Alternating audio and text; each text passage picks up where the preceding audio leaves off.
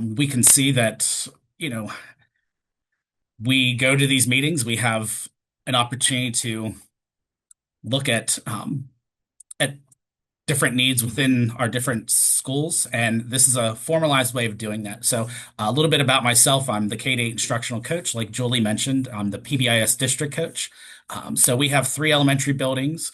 And we have our middle school, high school, and we at our elementary buildings we keep it consistent across the elementaries as far as our expectations, simply because we have teachers and staff members who have to travel among those buildings, like our specials teachers, and then we have a lot of students that will sometimes kind of bounce back and forth between the three buildings within our district. So we've kept that consistency just because that way it created that safe, predictable environment, regardless of whether it's a student, whether it's a staff member, and then that way in any building that they're in, they have those same expectations. So it just becomes common knowledge, common language that occurs within our district at the elementary level. And then our middle school and high school has the same expectation up there. So they are the most recent add-in.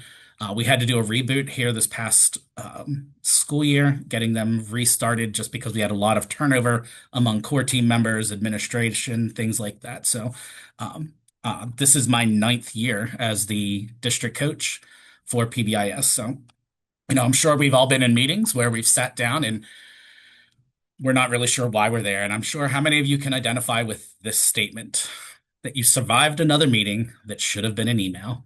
And when we go through that process of attending meetings and being invited into meetings, we really look at do the meetings that we have hold a purpose, and do the people that are attending those meetings find the value and purpose in attending that meeting. So with doing PBIS within our districts, that was something within our first year of implementation, we realized we needed to have a purpose.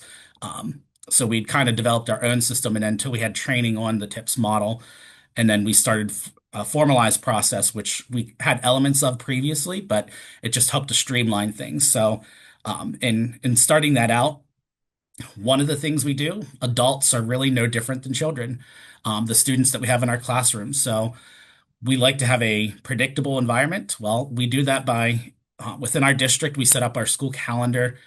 We take that then and we look at establishing the meeting dates for each of the buildings. And again, since myself, the principal, and our school counselor, she travels to all three buildings as well. So between the three of us needing to be at each of the buildings because of being on the tier one core teams, I create a schedule each year of when we're going to meet at each building. That way, for the entire year, there are no surprises. This is when our meeting is going to be held within your building. It just creates that predictable sense of we know this is our meeting today, we know our meeting next month and the month following that, just because it helps give us a sense of understanding of there are goals, there are deadlines for ourselves, just like we set for students. So when we set that up within the buildings, we establish the monthly meetings that we have, but we also set up our kickoff dates for the school year. So when we do that, we look at establishing the kickoff dates for our PBIS program each year, and then we always set dates for mid-year after we turn from the Christmas break there in January. So by the beginning and middle of January, we're establishing those reteach dates. So again, we establish that not only for our own benefit, but then we get those dates out to the other staff members within the building. So just because they're not serving within the team, they still need to know when some of these things are going to occur, just because they are going to be involved in the kickoff, the reteach. And then they also know that these are the dates we're having meetings. So they may need help with covers if things get changed, like if one of our buildings we do it during the students' recess time. So if the weather's bad and we have an indoor recess, we're going to need people to cover that day. So having them be aware of those meeting dates also provides an opportunity for them to plan ahead as well as the rest of the staff. Plus, it also allows them to have some feedback. So they know, hey, you're going to have a meeting next week. Here's some things I would like to have discussed at the meeting, if you could put that on the agenda. So that's something that we've established. It just kind of helps everyone just kind of have a plan for the year.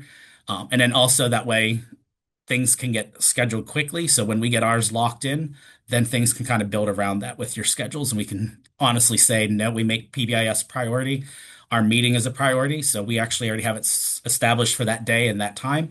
I'm not available then. So it helps to kind of set some healthy boundaries for everyone, but it also communicates the idea that PBIS is a priority within our schools, and we truly do block that time off and make it a priority among the staff and the team and then the students. So, um, in doing that, when we do sit down before we have our meetings, most of our teams have been established and have not really changed over the past few years. We've had one or two here and there, but one of the key pieces of doing that is establishing the meeting norms. So, again, this is something you can collectively do among your core team. And when we do that, we really do establish this idea of what are the expectations. So we do it with our classrooms, we do it with students. So we need to have the same expectations for adults. So when we actually sit down to have these meetings, what do we expect when we get there? Again, it goes back to everybody liking and feeling comfortable and safe in an environment where we know the expectations. So just like we know that when the meeting is going to be scheduled, we know how the meeting is going to look while we're there. So we truly look at allowing time for the meetings to happen because one thing with our buildings, just because we're limited with our numbers and our staff, we're limited in the time that we can actually sit down and have these meetings where we can actually pull everyone because, again, about half of our team is in that building every day. The other half of our team is myself, the elementary principal, and our elementary guidance counselor. We travel between all three buildings, so we're not there every single day. So when we do find time and set aside that time through scheduling for the entire year, when we're in the meetings, we need to make sure that we can do them quickly and we can do it concisely, and then we can have a plan leaving the meeting from that point forward. So doing that, setting these norms really does help. So we can develop it within our team itself, again, using the 5-to-1 ratio, five positives, one negative, being concise. So avoid these meeting monsters, and we're going to look at those in just a minute, but someone who is overly talkative. So again, like I said, one of the buildings we do it at, it's during their recess time. So we have 30 minutes. And that includes the time that it takes to get all the teachers to get their students out the door and actually to the room that we're meeting in. So any other off-topic discussions, any other extras that are added in or thrown at us during that meeting is taking away from time of what has already been planned for the meeting while we're there. So you want to make sure that you're concise, again, using that 5-to-1 ratio so that we're not being argumentative. It's okay to agree to disagree, and we need to model that for students. What does that look like? What does that sound like? We can have different opinions. That's fantastic. But how do we do that in a respectful manner? So staying on topic. So making sure that we're not rambling from the very start of our meeting to the very end, because then nothing gets accomplished. So making sure that we do follow the agenda. So, and we'll talk about this here a little bit later, but we always put it out to the people within the meeting prior to the meeting starting, the days leading up to it. We always put it out that they can submit agenda items. So it allows them to have that voice so that, again, prior to the meeting starting, we have an agenda set for the day. So people are not going to be surprised by the topics that are happening. And then it helps keep us focused and we can move through it in a clear way. Number 4, it says being willing to think outside of your comfort zone, imagine new possibilities. And sometimes this is difficult. So we're good with what we know, what we're safe, what we find safety in. So sometimes we don't always like to think outside the box. Sometimes we don't always like to look at varying opinions. So just being open-minded when you go into those meetings, looking at different ways to address student behaviors, different ways of engaging students, different ways of rewarding and acknowledging student positive behaviors. And again, I've heard it several times this morning already in other sessions I've been in, but just because we're doing PBIS and it's positive doesn't mean that we're exempt from the consequences, but it also shouldn't mean that we're focused fully on negative and punishment. So a lot of times we hear that word consequence, we automatically think punishment, and sometimes that's a mindset that we have to shift within our staff. So yes, there will be consequences. It doesn't always mean punishment in the sense of what we've always known it to be. bringing positivity. Justin, may Yeah. I interrupt quickly? You have two questions concerning the meetings about Okay. teachers joining the meetings during the school day and the attitude of teachers having to cover those meetings. And then someone just wanting to confirm if there are norms in your presentation in the Google file. Yes. So, um, as far as our meeting times, so like I said, one of the buildings, it occurs during the recess time. So that 30-minute block of time, we do actually sit down and we have those meetings. So that is the core team meeting, with those being on. So that's our building coach, myself as the district coach, our principal, our guidance counselor, and then to be representative of the teaching body, we have a primary teacher, and an intermediate teacher typically. We'll have also special education teachers. So that is the one time when we look at our schedules once they receive those for the beginning of the year. We look at a day and a time where we can actually bring everyone together.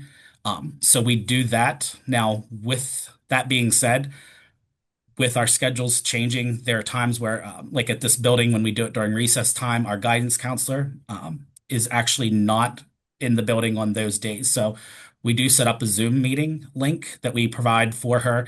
And then also when we do those meetings, we have parent representatives that attend. So rather than run them from their home into the school, or sometimes they come and join from their workplace, we do provide a Zoom link so that if they are meeting remotely, they can still be part of the meeting, just not physically present in the room. So there are different options as far as meetings, especially if you have multiple buildings and like I said, parents. We always make sure we have a parent representative on each of our core teams.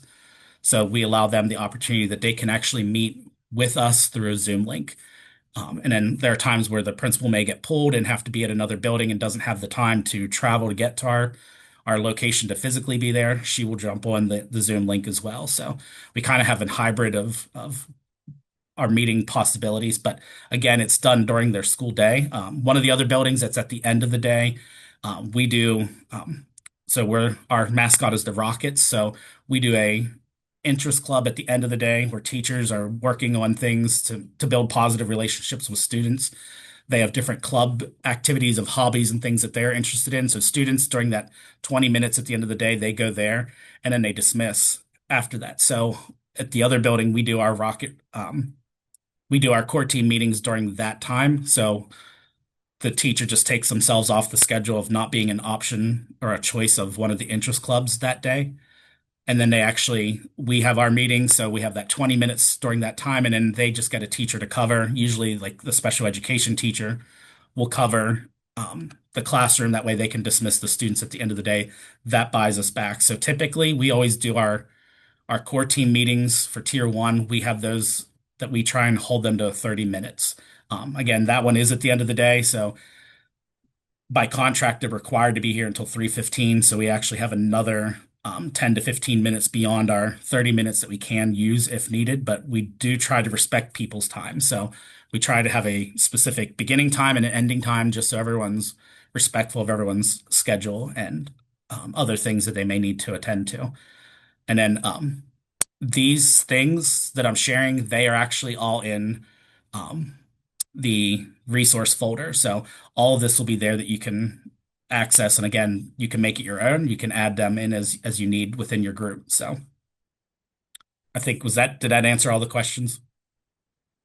That answered the questions that we had. Yes. And Okay. Justin, I'm sorry to interrupt. I just wanted to ask you if you could hit Control Alt Shift H, because the screen sharing on our end, your toolbar at the end is hiding, or at the bottom is hiding some of the information.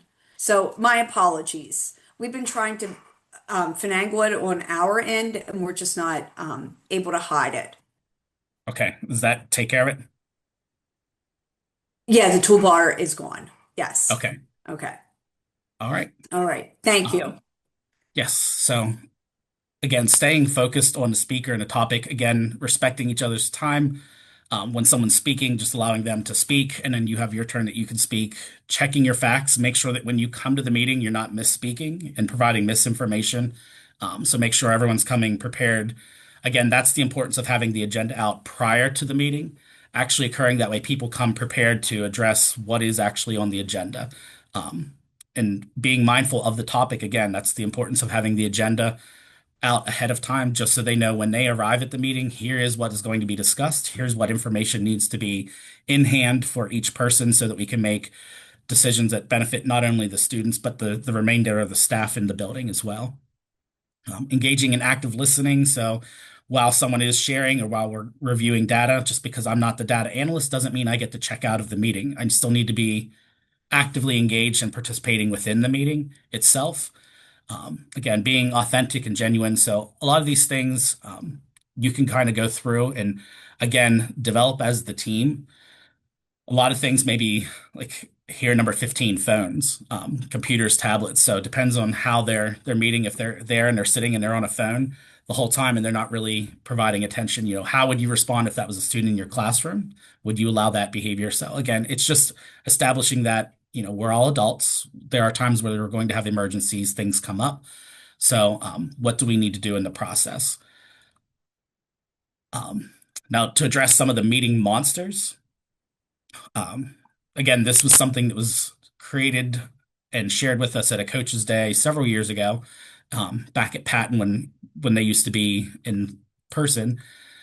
They had the meeting monsters. So making sure, again, as if you are a new coach or if this is something you're just diving into for the first time or just recently, this would be something that would be beneficial to kind of go through because you're probably going to start identifying people within your group, within your core team that may identify as one of these meeting monsters. So someone who is overly talkative.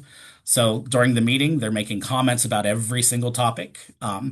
Just reminding them you would want to set the norm of, hey, we're going to be concise when we're in the meeting. How do we deal with that? What does that look like? What does that sound like? We're going to make sure, if you are the facilitator of the meeting, you're going to want to be able to redirect. And just you can, oh, that's a very interesting point. Now let's hear from and identify another person in the group that you want to hear from, just because if that person is trying to take over the meeting and really establish their presence and kind of slowing the meeting process down, you want to make sure that you respect that, but you can kind of curb that behavior. The next meeting monster, someone who's highly argumentative, again, making that 5-to-1 ratio, five positives to one negative. So if they're arguing everything and they're putting up constant roadblocks, they're just, you know, not being very supportive. So you can just redirect them. How would you like to modify or improve it? Can you participate in the meeting productively? Or is there another issue which needs to be addressed before we continue on? So there might be some deep-seated underlying issues that are going on. They may have something that's just kind of been a thorn in their side that they need to have addressed so that you can actually progress through the meeting, and be respectful again of everyone's time and their resources. So the rambler, someone who is meeting in the meeting and they stray from subject to subject. They're just kind of bouncing bouncing all over the place. So again, just kind of keeping them on topic would be the norm that you'd want to set. Just making sure that, hey, we're going to be respectful of everyone's time. Can we just please, we're looking at item number 2 on our agenda currently. We'll get back to that. That's coming up in the future, or we've already discussed that. Let's stay on topic, please. Again, those are the kinds of things that you're going to want to try and redirect, just like you would with your students. Make sure that we stay on topic through the process. Someone who is obstinate or rigid, they're not willing to be flexible at all. So, the norm you'd want to set, be willing to think outside of your comfort zone, imagine some new possibilities. So again, it's not always the teacher who's that veteran teacher and they've done it this way for 20 years. It could be someone that is new and starting into education and looking at, if their viewpoint is, well, they did the crime, they should do the time, we just need to punish. Really establishing that norm of let's think of new possibilities. So that has not worked in the past. What is it that we could do for the future? So we tried your way, it didn't work. How about we consider doing it this way? And then again, you can actually pull from others within your core team, pull from their experience, pull from their opinions. So that way you can kind of respectfully kind of shut down that person who is not willing to change and kind of go with the majority rules types mindset. The the next one, the one who is the griper, the whiner, they're never happy. They constantly complain. Everyone has these in their buildings. I'm sure there are names of people popping into all these categories. However, when you have meetings like this that do need to be respectful of people's time, you are in a time crunch with getting them in and having them happen. You want to make sure that, they're not being the roadblock and that they come with some sort of positivity. You may have to remind them of the norms. You may have to use phrases. So let's try to figure out how we can best operate with what we have. We don't have the time, we don't have the resources, we don't have the permission. Well, okay, that is true, but what do we have going for us? What can we do within our limitations? So kind of reframing it in a positive way. Yes, that's right. We don't have an unlimited budget. So with the money that we do have, what can we do? What would be an opportunity that we could give to the students with the resources we do have? So just kind of reframing their mindset again, reminding them of that 5-to-1 ratio, five positives to one negative, so that you don't always get to have that negative Nancy in the meeting. The meeting monster of side conversations, someone who's in the meeting, they're having the side conversations, they're talking, asking questions. They may be on their phone, but keeping them focused, having them write down any comments or questions, being respectful to the meeting process and the other team members. So just making sure that we're staying on target within the agenda. Here's where we're at. Here's what we're doing. If you have a question about something else coming up in the future or something we just discussed, we'll address that later. But right now we're on this item. So just keeping them focused and again, redirecting. Then the definitely wrong, someone in a meeting who is unclear of the purpose and they may speak information. Again, you're going to want to make sure that we're coming ahead of time with the knowledge of what is on the agenda, just so they can come with the resources, come with the materials. If it was something that was decided at last month's meeting that they were going to address or take care of and bring to them by the next meeting, make sure that they have that so that they're not fumbling at the meeting and again taking up time or providing this information, like I said. So when you're doing your meetings, it is very important to make sure the agenda is out prior to the meeting so that everybody can come prepared. Again, it's just a matter of respect of everyone's time there. Then you have the person in the meeting who may be off the subject. So they're trying to kind of distract, kind of detour, and throw things off in the meeting. So what you're going to want to remind them of is to be mindful of the topic at hand. So making sure that we're sticking to what we're doing, what we're discussing. Um, you know, I may have said something that led you to think about this. However, right now we're considering this item. So hold that thought. Go ahead and write that down. We'll get back to that in a minute. But right now we're discussing our second marking period behavior reward. So um, again, it's just a matter of redirecting and kind of that would be the important job of the facilitator to kind of make sure that that is happening in the meeting. So again, as you're changing those roles around within your meeting, and we'll talk about that here in a little while, but you're going to want to make sure that you're addressing some of these individuals. Silent, the person who comes to the meeting and they never contribute. You can respect that there has active listening taking place, but there also needs to be active participating as well. So it's not just something that you get to come and sit and get is what we kind of talk about. So making sure that while they were in the meeting, that they have the opportunity to listen, but then they need to be a contributing member of the meeting as well. So it's not something we can just do. And again, it may be something as the facilitator, you may need to kind of call them out and just say, it looks like you're thinking of something what are your thoughts? How do you view this? What's your opinion on how we could best address the behavior issues we're experiencing in the hallway and kind of pull from their experience. Um, Again, it's just a way of trying to make sure everybody's a contributing member of the meeting. And again, those people that may be a learned behavior if they see someone else is that meeting monster where they're overbearing and kind of taking over the meeting. They may just kind of start to shut down and be that wallflower. So you want to make sure that you kind of pull them back into being a contributing member of the group, just so everyone is represented. And again, when you create your teams, we hope that your primary teachers, your intermediate teachers, learning support, all these different parts and pieces are represented within your building, just so that everyone's voice is being heard and being represented at that time. And then our final one, the one who is the cynic, who is sarcastic, they come in. And we want to make sure that when we're in these meetings, that we are having genuine conversations, discussions. We're not just stating things and doing it with the eye rolls. We're not doing it with the goal of mocking or making fun of someone else and their perspective. So making sure that, again, we're respectful of people, their time, their energy, and then the same expectations. And this is one thing we've established with all staff. So with us, again, we are the rocket. So our expectation is rocketing our students to be respectful, responsible, ready, and safe. And those are not expectations just for students. Those expectations are for every person who walks through the door of the school. So regardless of your age or your status, whether you're a student, staff member, faculty member, cafeteria, custodian, secretaries, nurse, that is the expectation for you, that we all model these things. So in these moments when we're not necessarily with students, but we're in a meeting like this, the expectation still carries over. So mocking someone, that's not being respectful.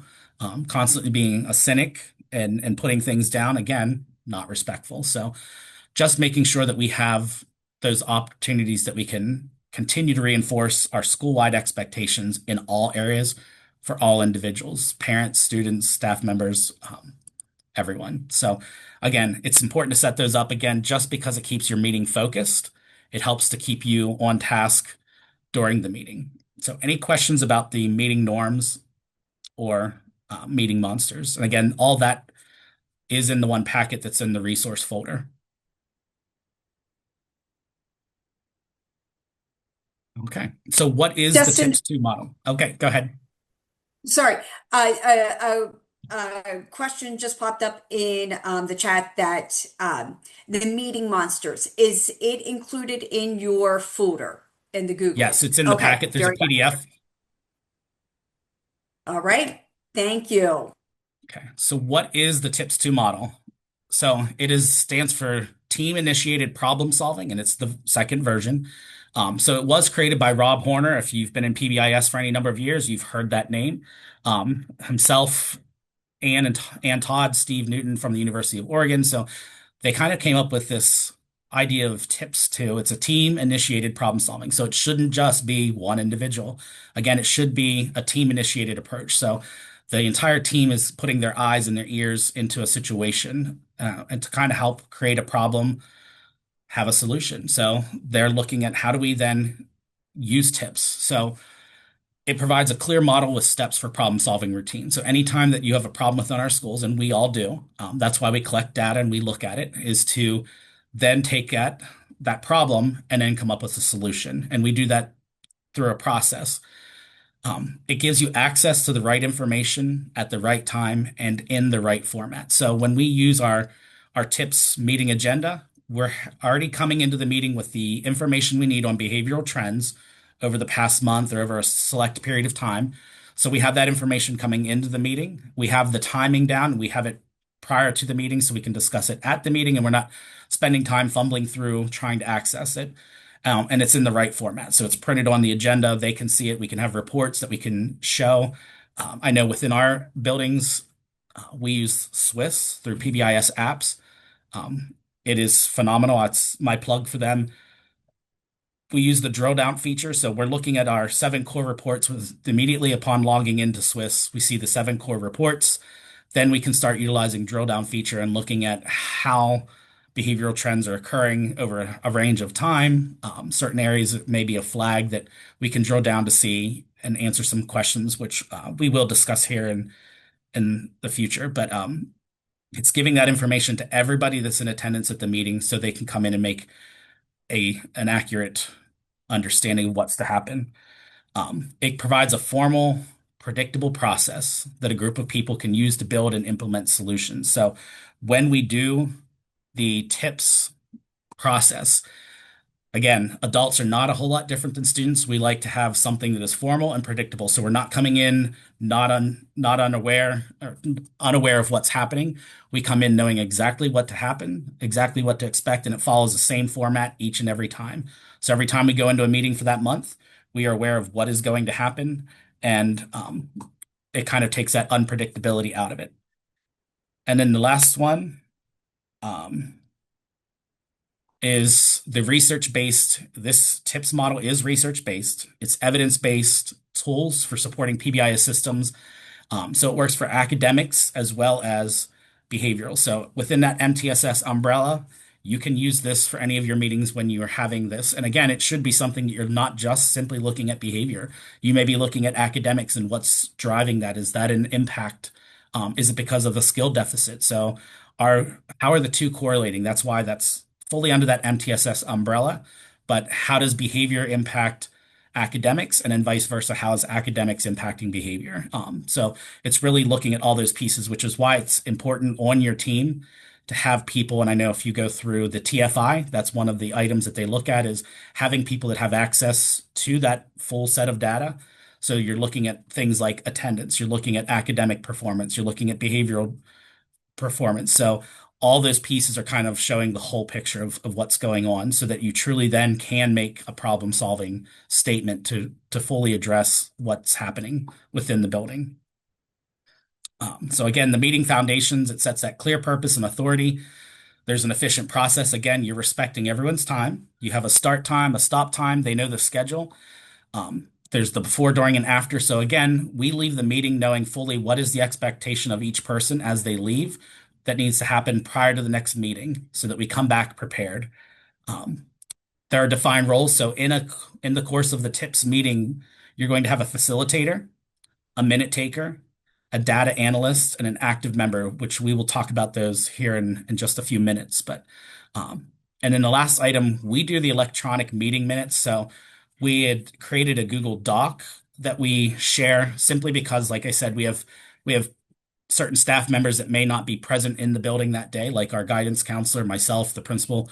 So and then our parent representative. So through Zoom, we're actually able then to we share the Google Doc out with those individuals, and then we actually are able to share the screen so they can see it themselves and have access to it even after the meeting's over. So as we're typing in the minutes and the notes from that meeting, then they have access to it to go back and pull it out of their Google Drive. So we're a Google school. We use Google. They put it in their Drive so that they can have access to it at any point in time, both in and out of the district. So they can pull that up as needed with the problem solving piece of the tips process.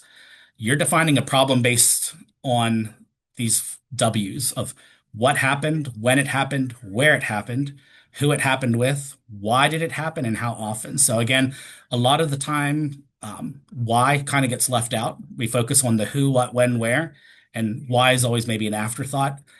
I can't emphasize enough the importance of that. I knew that was a mind shift change once we had started PBIS.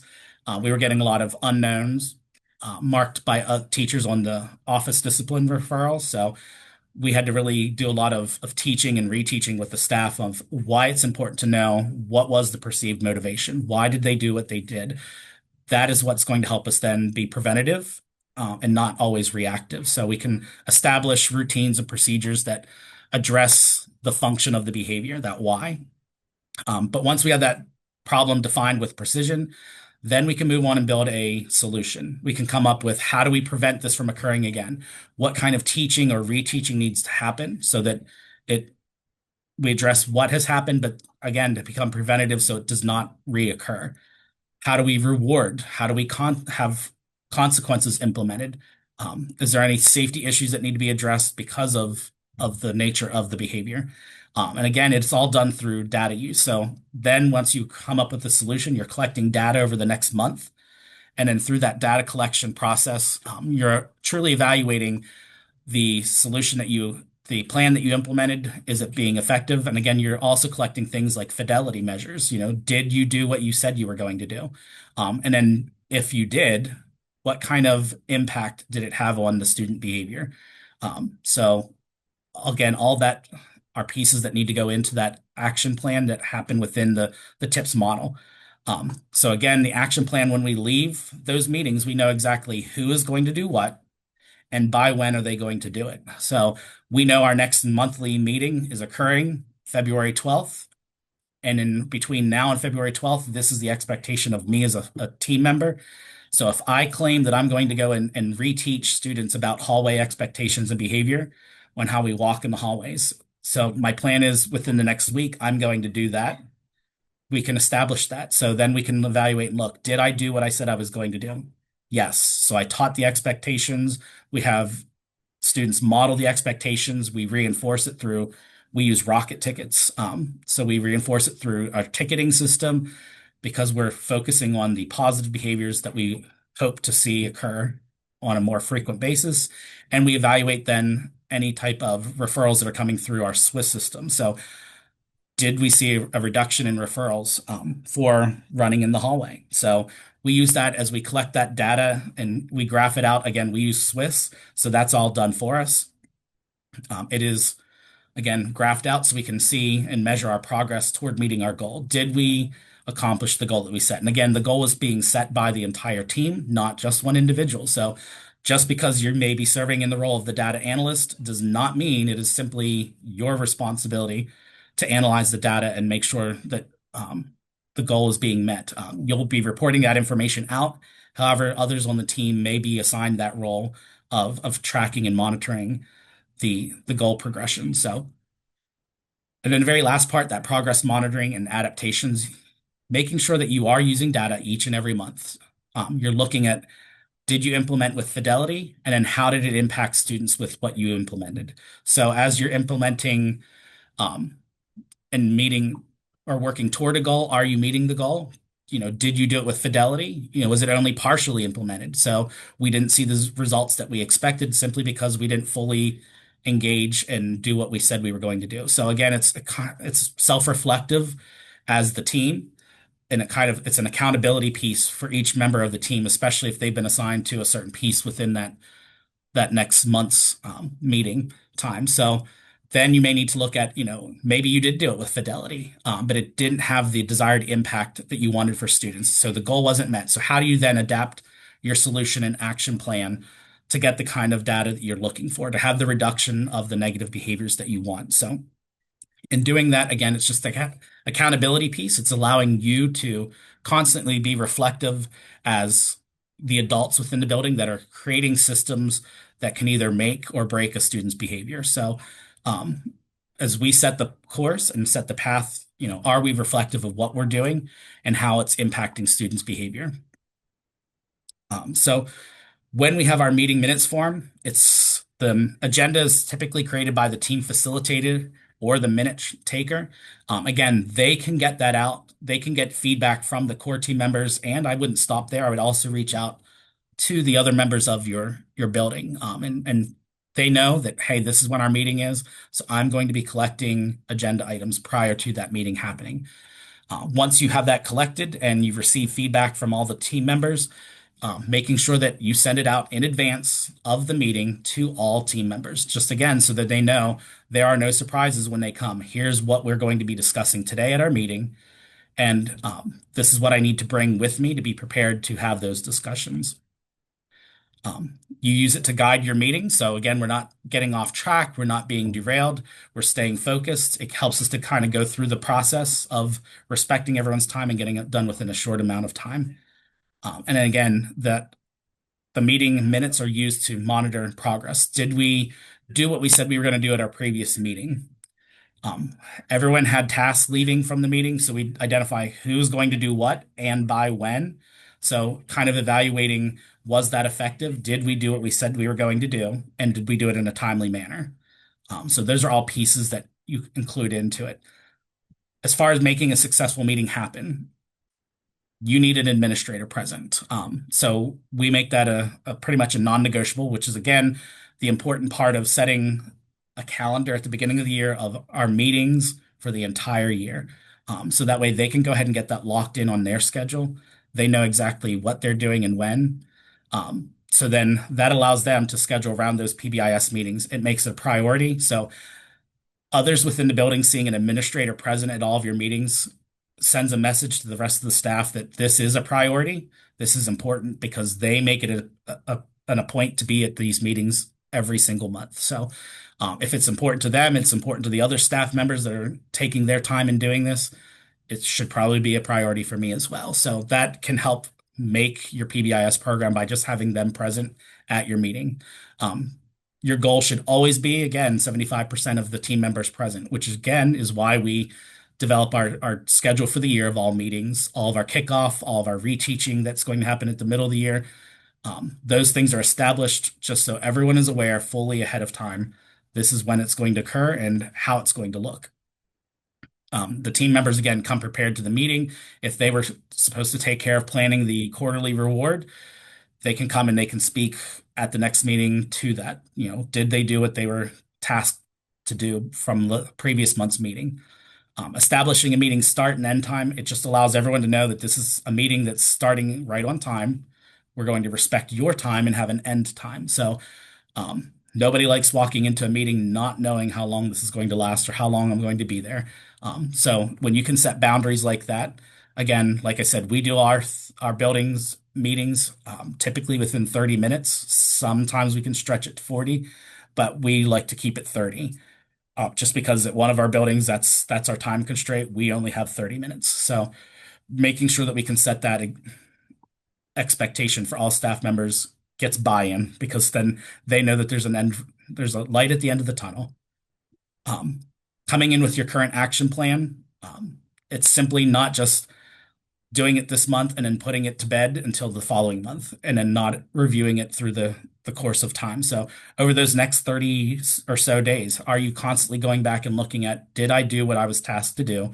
What is my current action plan? It defines all that through the meeting minutes. Having defined roles and responsibilities. So who is the facilitator? Who is the minute taker? Who's the timekeeper? Who is the data analyst? So everyone's coming to the meeting knowing exactly what my job is, what is my responsibility in fulfilling that job, and how does what I do, how is that interdependent on everyone else within the team being successful? And then our tips meeting minutes form is used to guide the meeting discussion. Again, your agenda's there, all of our information, and we're going to look at an example of what we use in our school, just so you can see what it actually looks like in practice. And then decisions are documented on the tips meeting minutes form. Again, like I said, we use a Google Doc, so that folder is shared out, but every time we create a new meeting agenda with the minutes form, we always reshare it again just so it's fresh in their email. They have access to it whether they're in this building because that's where they're always at, or whether you're a traveling staff member who goes to all three buildings, I can still pull it up and have access to it at any given time. So how does a typical meeting flow? So when you come into the meeting, we call the meeting to order. We take attendance of who is present because, again, we want to make sure everyone is there. This also addresses the TFI, where when you go through that process each year of looking at, do you have your administrator present? Do you have your team members present? Again, the goal, no less than 75% being present. We always review the agenda for the day so we know what we're going to be discussing. Again, it helps keep us focused. Then we do an update on the progress, the problem solving of any previously defined student problems. So we're looking now at data right away. So once we know who's there, once we know what we're going to discuss, we go right into the data. Were the solutions being implemented? Was it done with fidelity? We discuss current data and our relation to the goal. Did it get better? Did it get worse? Was the goal reached? What next? So again, this is where adaptations may need to come in. So last month, we said we were going to address running in the hallway. We did some reteaching. We started rewarding with our ticketing system, specifically for hallway walking. Did that have the desired impact? Did we meet our goal? We said we were going to reduce it by 50%. Did we have a drop in referrals by 50%? So documenting that on the form as well. And then again, if we didn't meet our goal, do we need to do any kind of adaptation? Maybe we weren't doing it with fidelity, so we need to go and make sure that it's being implemented fully and with fidelity. Or maybe it's just we need to try a different approach. Then the next step is that problem solving for any new student problem. So now we've addressed something from the past that we said we were going to work on over this past month. Now we're looking at our data once again and defining what problem areas are we seeing occur now. So we've addressed this. Running in the hallway has dropped off. We met our goal. Things are working well. We're going to continue with that plan. Now, do we see any other issues? Maybe it's an issue with recess, students keeping their hands to themselves with first grade students. So it's happening. We know, then we start looking at these questions of what's happening, not keeping our hands to ourselves. Who's it with? First grade students. When is it happening? at recess time. So once we start answering all these questions, and then we looking again, don't forget that why. Why are students not keeping their hands to themselves? Well, they're trying to obtain peer attention. Then how do we then set up a plan to to address the fact that they're trying to get peer attention, and through that, they're putting their hands on other students. So determining that will help with moving forward. And then finally, discussing any organizational housekeeping items. Okay. We are just at our halfway point in the school year. So at December's meeting, we were discussing what's going to be happening now in January. So at December's meeting, we discussed our second marking period, good behavior reward, making sure all the plans of preparation is happening with that, tasking different individuals within that group to make sure that everything's covered that needs to happen to make that reward for the student body happen. So again, this is where we tap into our parent representative that we have attending meetings. So they come in, um, hey, we need parent volunteers to come in. Our school, we do mug on a rug. So we go to the cafeteria. There's on the big screen in there, we show a movie. The PTO members come in and they provide popcorn, drinks, kind of oversee the students during that time. So teachers are able to be in their rooms working on finishing out grades and marking period, wrapping up things for the end of the marking period. So do we have the help that we need? So our parent representative, can you reach out and get parents who have clearances to be able to come in and be here that day to help with passing out snacks and drinks and monitoring students? Do we have everything that we need? So again, it allows us to address some of those other housekeeping items for things that are coming up after we've already discussed the data. And then we kind of wrap up our meeting. Did we do what we said we were going to do? Was the meeting effective? Was it a good use of our time? So those are the pieces that we look at. So again, we have a facilitator, a data analyst, a minute taker, and then everyone else is an active team member. So no one's sitting back not doing anything. They have a purpose. So your facilitator in a meeting, they're going to be providing agenda items to the minute taker. They're going to make sure the meeting starts on time. We determine the date, time, and location. Again, some of this stuff will be addressed if you've developed a schedule for the entire year. They kind of manage the flow of the meeting. They're kind of guiding the meeting as we go through each agenda item, addressing the tips problem solving mantra of do we have a problem? What is the nature of the problem? Why does the problem exist? And then what kind of solution actions can we take? So they're guiding through that. Now, this is not solely their responsibility. They're putting this out to the team for feedback. They are an active participant in the meeting, just like everyone else is. Then your data analyst. Before the meeting, they are analyzing the data. They're coming to the meeting prepared of answering these questions of who, what, when, where, and why. They're looking at Swiss or whatever kind of data collection system you have, and they're coming up with the frequency and the rate of the precisely defined problem. So here's how last month's problem is turned out. Here's the results of what we said we were going to do. Was it effective, not effective? And then here, looking forward from this point into next month, here's what's going to be our new problem solving that needs to occur. So making sure that they come and they have that information ready for everybody in the meeting. They get that out to all the team members. They ask the facilitator for any new problems to be added to the agenda. At the meeting, they're leading discussion on potential new problems, and then they're responding to the questions and concerns because they have access to the data that they can pull that up and share that. Your minute taker during the meeting, they have tasks, but before the meeting, they need to come with the agenda prepared and given out to facilitator. This person may be the one that shares it out. Like I said, we do ours electronically. They can go ahead and share that out with everyone that's on the team. They prepare the meeting minutes agenda. They include any data analyst information that needs to happen. So that's getting reported to them to be included. Copies of the tips meeting form is printed and shared at the meeting. So if people participating in person, you can give them copies, or it can be projected onto a smart board or any type of TV or technology you have that everyone's able to view it. At the meeting, they're asking for clarification on tasks and decisions so that they can record it in the minutes.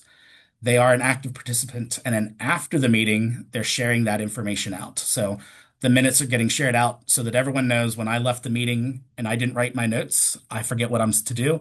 They already have that recorded for them. So again, like I said, ours is electronic as well, so people have access to go back and pull that up at any given time. So they can see constantly, did I have a role or responsibility between now and next month's meeting that I need to fill? And then finally, all the other team members still have responsibilities. So before the meeting, they have to recommend any agenda items to the facilitator. That just way we come in knowing exactly what we're going to discuss. We're not getting off track, off topic, and throwing in, 10 other items that we need to address. At the meeting, they are helping to analyze and interpret the data. They're helping come up with new problems, solution statements. They're coming up with new ideas on how to curb the current behavior areas that we're seeing. They discuss solutions, they look for problems, and they can I help with that problem solution statement, but also identifying, did we do what we said we were going to do fully? Was it only partially done? Um, was it implemented with fidelity? All those pieces are happening then.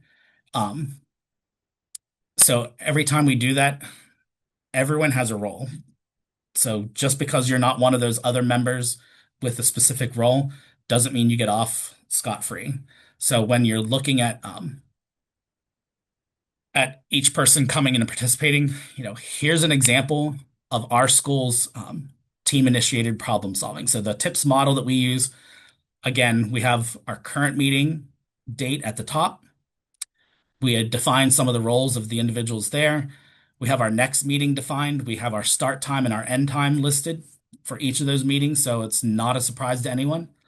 We take our attendance of who's present at the meeting, and then we have our agenda that we go over. So here at today's meeting, this was actually from our November meeting.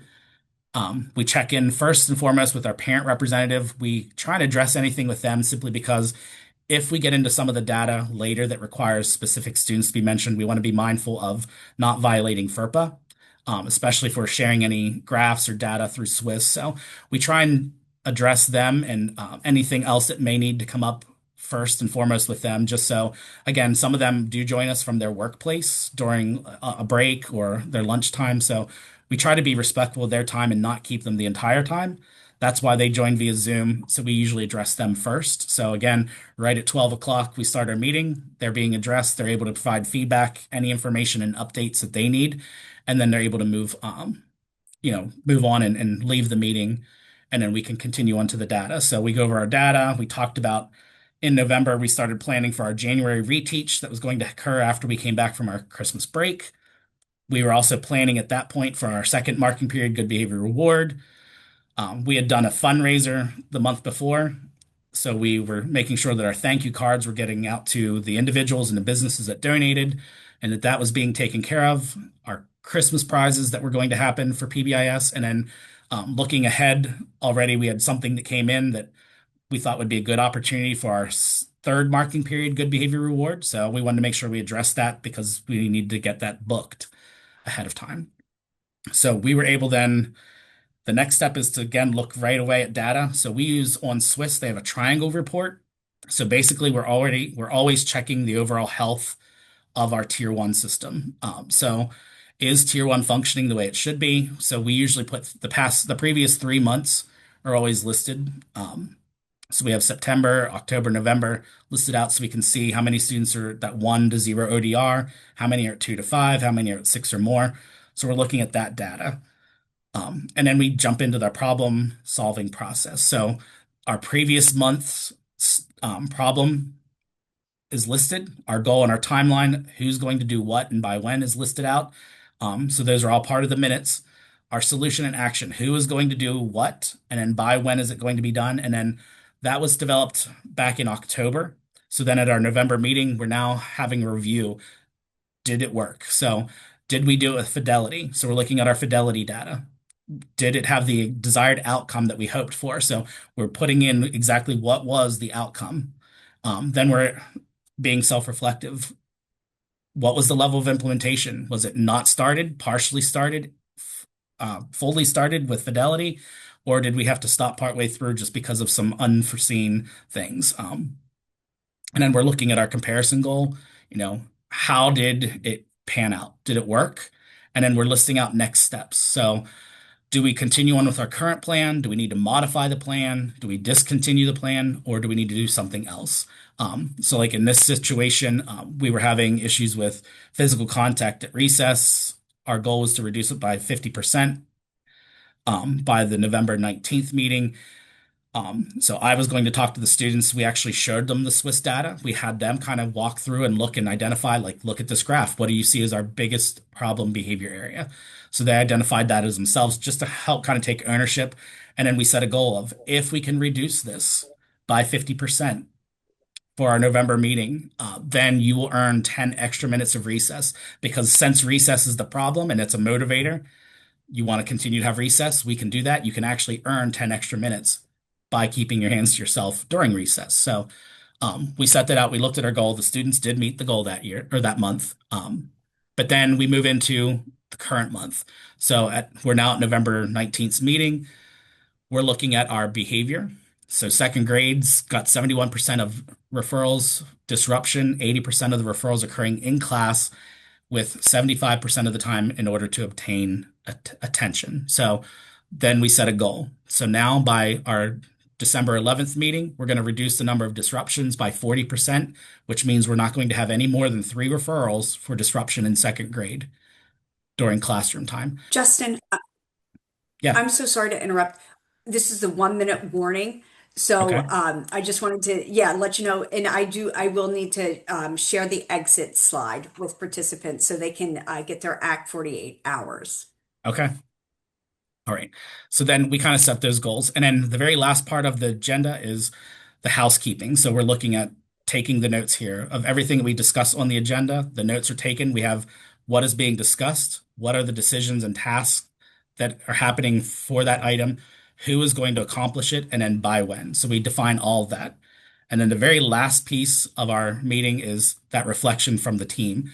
You know, did we make good use of our time? Did we say that we were going to do what we said we were going to do? All those pieces. So when we look at that, again, this should always be a never-ending process.